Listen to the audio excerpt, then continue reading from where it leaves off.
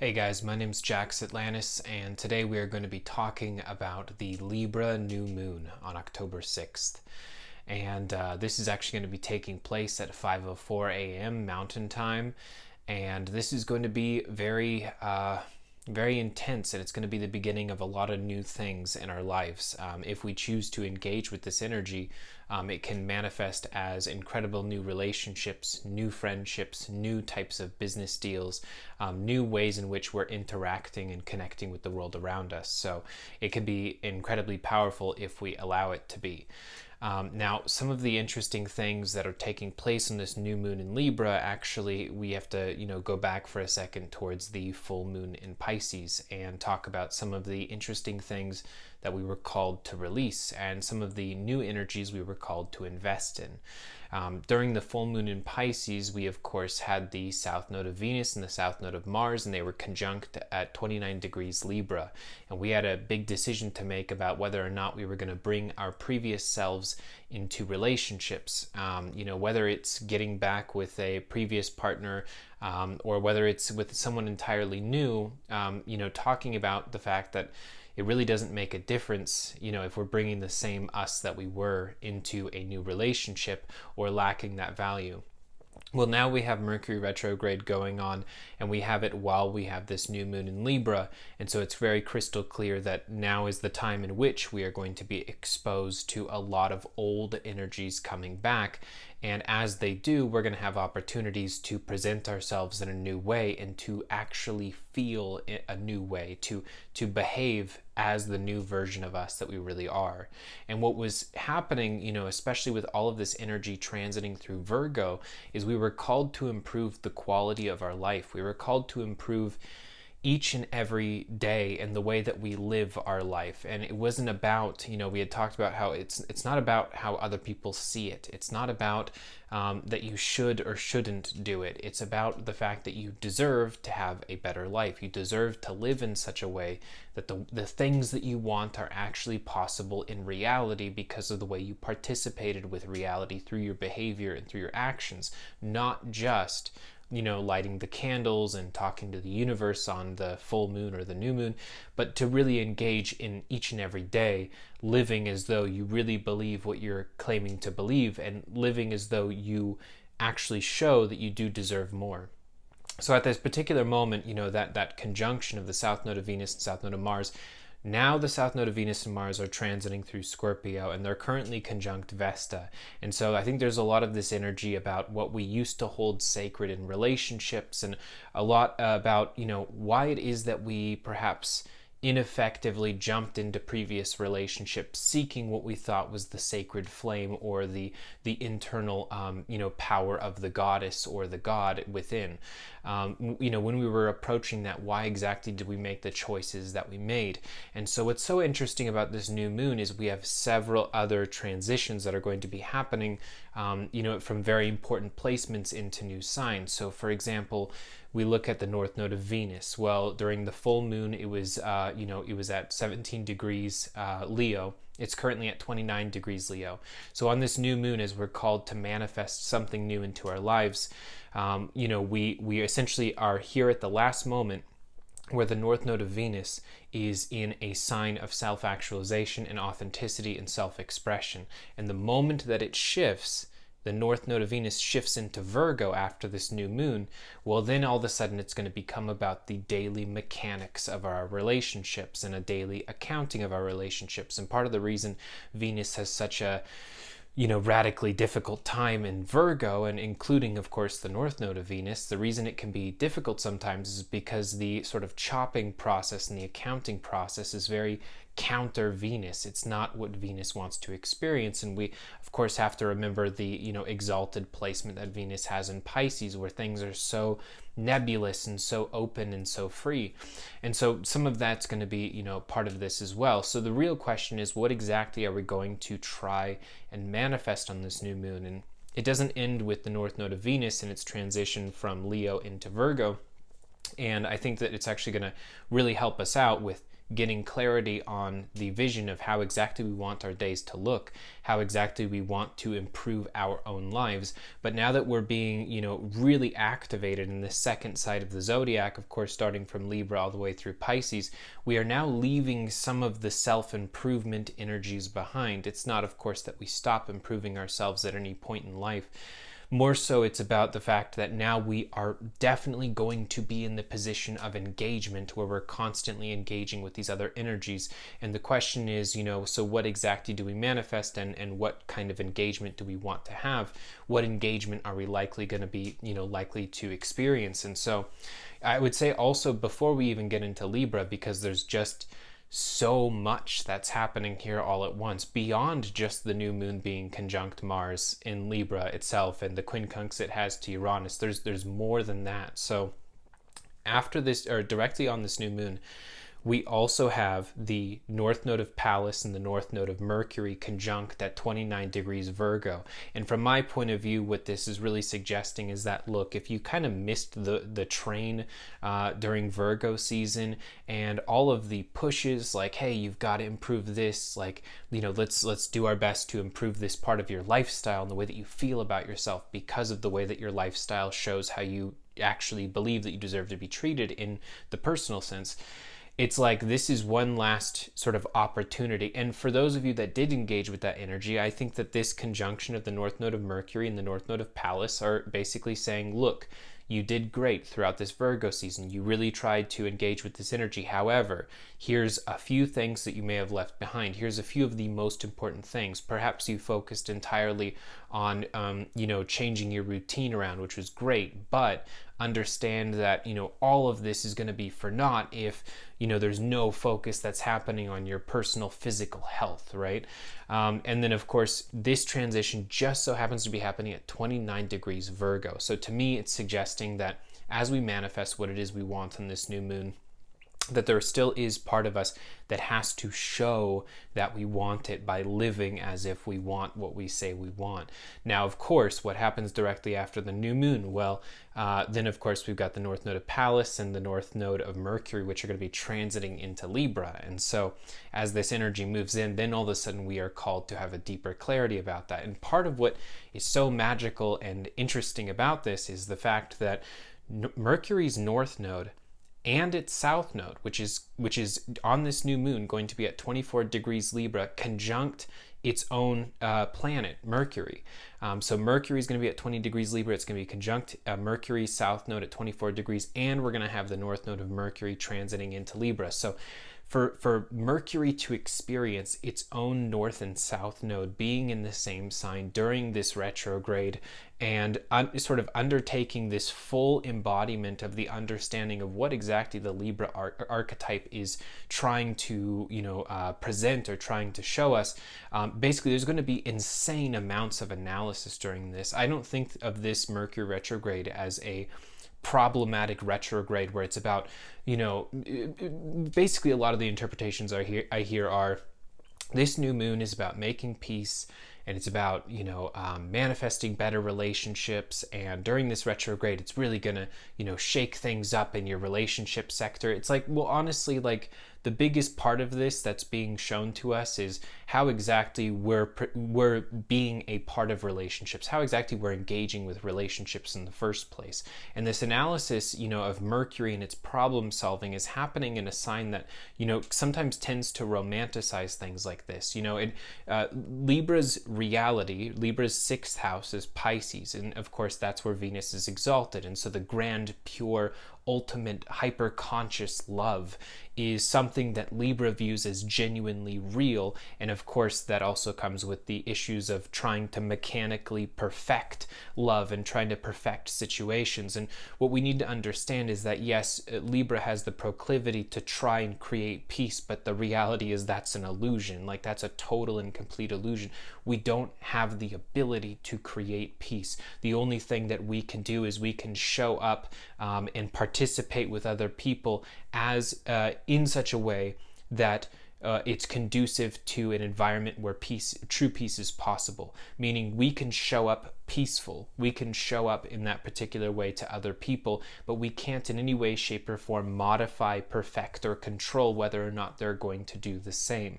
Also, with the Libran archetype, there's the illusion that because we tried to talk something out with someone and it didn't work, that somehow we failed. And the reality is that sometimes there is a backlash actually because we succeeded. We spoke what it is that we thought was the truth. We spoke what it is that we believed above all else. And the other person's resistance to that or disagreement with that, which turned later into conflict, was not our fault. It wasn't a problem. That was actually progress. It revealed exactly where that person was at, not only for our own sake and information and understanding, but for their sake as well, if they choose to look past their pride and engage with that and understand what exactly happened that day. But it doesn't really end there, because in Libra we have so many other energies evolving at the same time. So one thing, of course, is the new moon in Libra and its conjunction to Mars. And to me, this once again is not about making peace. It's not trying to make amends. If anything, for our own individual self, it's about demanding a better deal, and it's about doing so in a way that is, loving and coming from the right place, a place of authenticity, but essentially saying, look, here is what we've agreed upon for so long, and this is, in your relationship or in your business dealings, here's what the agreement has been for so long, and now's the time where I have to fight this. I have to essentially say that this doesn't work anymore. And that's what Mars tries to prod Libra to do over and over again. And it puts Libra in this incredibly uncomfortable position, but this lack of comfort is a good thing, because this is trying to propel Libra's evolution.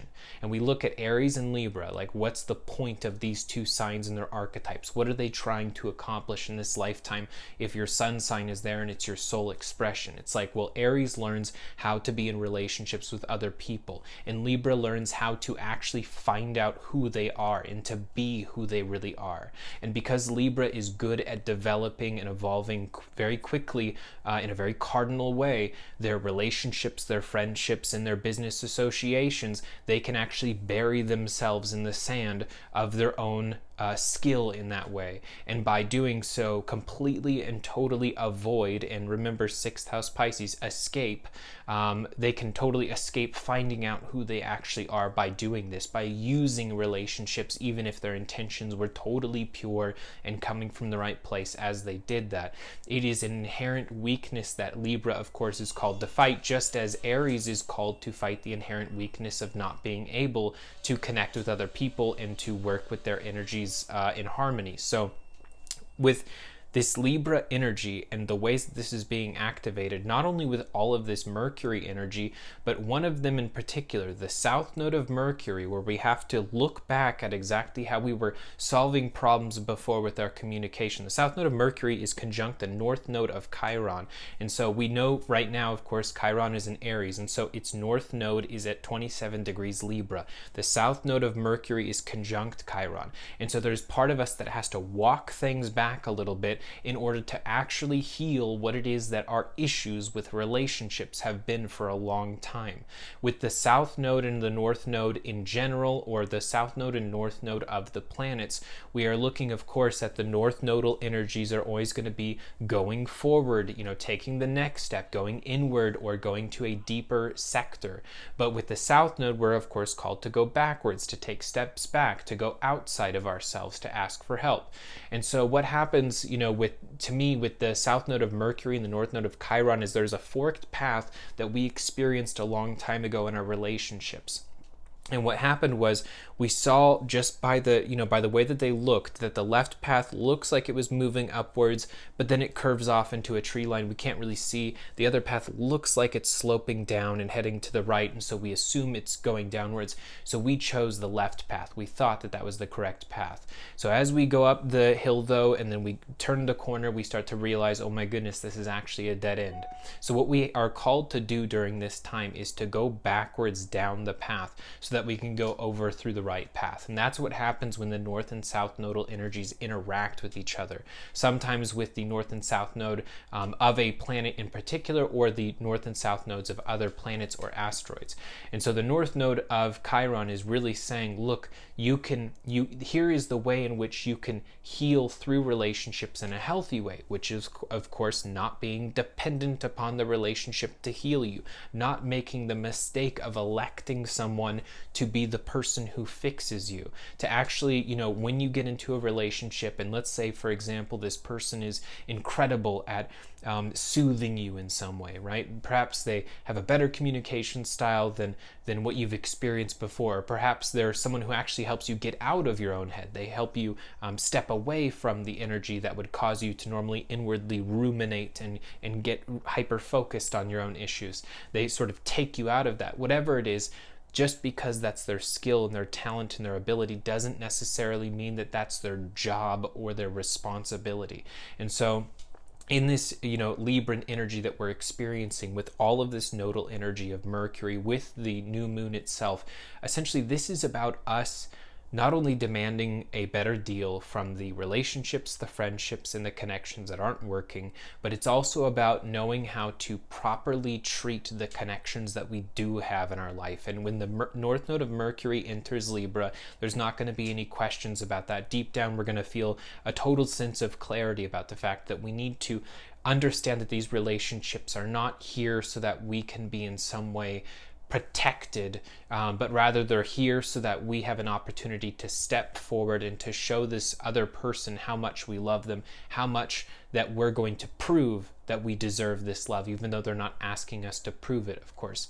And so through this Libran energy, it's incredibly intense. And then, of course, we get to Venus. And so for one thing, the south node of Venus, the south node of Mars, currently conjunct Vesta. And I think that there's a lot of energy that it's going to be pulling us backwards in kind of a good way, where it's revealing to us, well, for all of the mistakes that we made in relationships, for all of the people that we might even think of as mistakes, that the reality is there was something very genuine that we were seeking. And the thing is, it's important that we're bonding and deeply connecting with people that actually activate that same energy, but of course in such a way where we're treating ourselves and sort of make the assumption that we ourselves deserve more than we received in the previous iterations and the unhealthy iterations of these last relationships.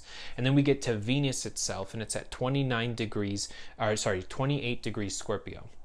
And so it's currently in a conjunction with the north node of Atlantis.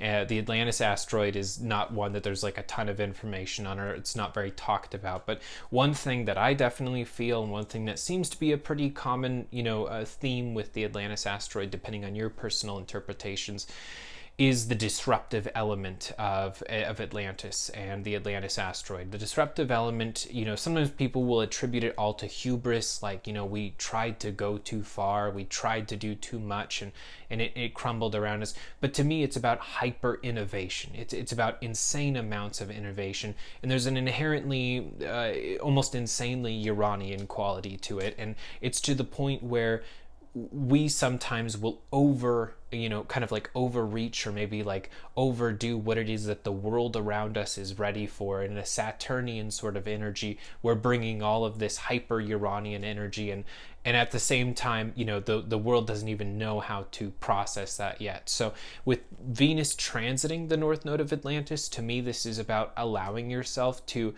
not have such low expectations, and to not assume that no one can catch up with the ways in which you're improving yourselves. Like, if you're in this path of self-improvement, and then you're, maybe like looking for a partner, or perhaps you're dating someone, or you're connecting with someone, to make the assumption that there's no way that they're also on this path, or on this same path with the same amount of dedication that I have, is something, that essentially throughout Venus and Scorpio, like we've been called to look at very clearly. Venus in Scorpio is also suggesting that that we essentially allow ourselves to actually listen to our intuition when selecting the people that we're getting really close with, and to understand that a lot of the things that might seem incredibly disruptive in our lives, like perhaps, we are just changing one thing about our daily routine, one thing about the way we live our lives, and this other person that we're with, they're changing like 1,000 different things. It's important not to feel intimidated by that, or to not feel almost like put off by that because you're not doing enough, because it's like that was the exact point of the conjunction of the south node of Venus and south node of Mars at 29 degrees Libra during the Pisces full moon. That's what you were supposed to let go of and to release. And so this is an opportunity. If you want to know what to manifest, now's the time to manifest what you actually desire, what you really desire your life to look like, what you really desire your relationships to look like, specifically how you're going to show up in these relationships, and also what you desire for yourself, of course, in a financial sense, what you desire for yourself in a just a literal lifestyle sense. And so with all of these energies happening all at once, and of course the new moon itself conjunct Mars, quincunxing Uranus and Taurus, this is going to be something that we experience as a manifestation, where if we really plant the seed, today, if we really put out this energy today, and we allow ourselves to engage with it, and we say, you know what, I'm going for it. I'm gonna have plenty of mistakes along the way, but I am going to try, and I'm going to succeed at a lot of the different things I'm going to try and do. This is the kind of relationship that I expect. Here's how I'm going to fight for a better deal. Then you are using this giant opportunity that the world is giving. And the funny thing is that we're looking at all this, on like kind of like a personal level, like collectively, of course, but for you, the person, and for all of us. But the thing is, on sort of a world scale, what's very interesting about this new moon and the end of Pluto retrograde, and the end over the next couple weeks of some of the other retrogrades, the collective energy is about to undergo some pretty serious change. Like if you think of the Libran archetype for you, and you think of the way in which, okay, so here's how essentially things have been revealed relationship-wise. It's going to be really interesting to see collectively in the world how a lot of different things are brought to light. There is going to be so much truth revealed, and so many people that are suddenly held accountable, and so many of us, the individual, holding different energies accountable, holding different parts of the world, and parts of the sort of delusion, and parts of the misinformation that have been essentially distributed throughout the world for what feels like so long now. That this revelation of truth is going to be one of the most intense things we're ever going to witness. This is like, this is definitely in time to look at who exactly you really are, and how you're communicating with other people, and being clear about your word and sticking to it as if it's, like written in stone. Because honestly, with this much Mercury energy, ironically, as mercurial as it might seem, like it is written in stone. Like what we say right now and the expectations we set based on this manifestation in this new moon is going to determine essentially, like karmically, how we're going to not only interact, but be interacted with in a very intense collective sense. So now's the time to engage with this energy. I hope that this has helped you guys. Let me know in the comments if you guys have any questions or any other parts of the new moon you want me to talk about. I was definitely on the fence about creating this new moon video, but kind of just like with the Pisces full moon video, I just felt really called to as soon as I started looking at some of the nodal aspects. And honestly, what we covered tonight was almost like 99% conjunctions.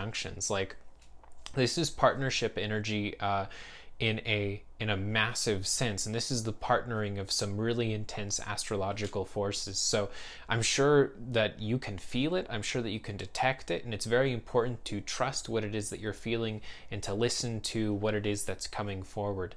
So thank you guys anyways for tuning in. I'm going to be creating a guided meditation later this week, and I have also joined the channel Mystical Illuminations. So I'm going to actually be doing a weekly Pluto talk on mystical illuminations, where we talk about Pluto in the first house, Pluto in the second house, etc. We're going to be talking about Pluto's applications to natal charts, synastry charts, essentially Pluto in context to our relationships and into our own soul evolution. So if you guys want to check that out, make sure and head to the Mystical Illuminations channel, also the Clear Sight Consulting. And then for me, on my website, JaxAtlantis.com, I currently have my Astrologer Rising course, which is open.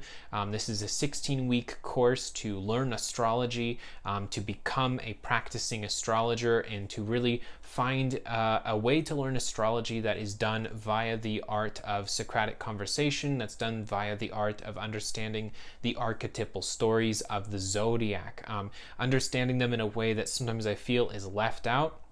I feel that a lot of times there is a process of memorization which happens on the quest to learn astrology, and it's really important to understand the ways in which the planets and the signs, if personified as people, interact with each other, because it is something that we human beings naturally connect to.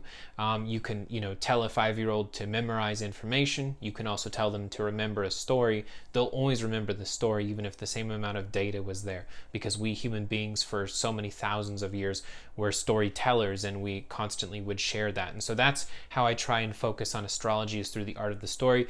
Also, I've got my private 8-week mentorships, which are up on my site, JaxAtlantis.com. That's where we work together one-on-one, and I teach you whether it's to be a practicing astrologer, whether it's to focus more on horoscope astrology, or being someone who works with other people and their natal charts.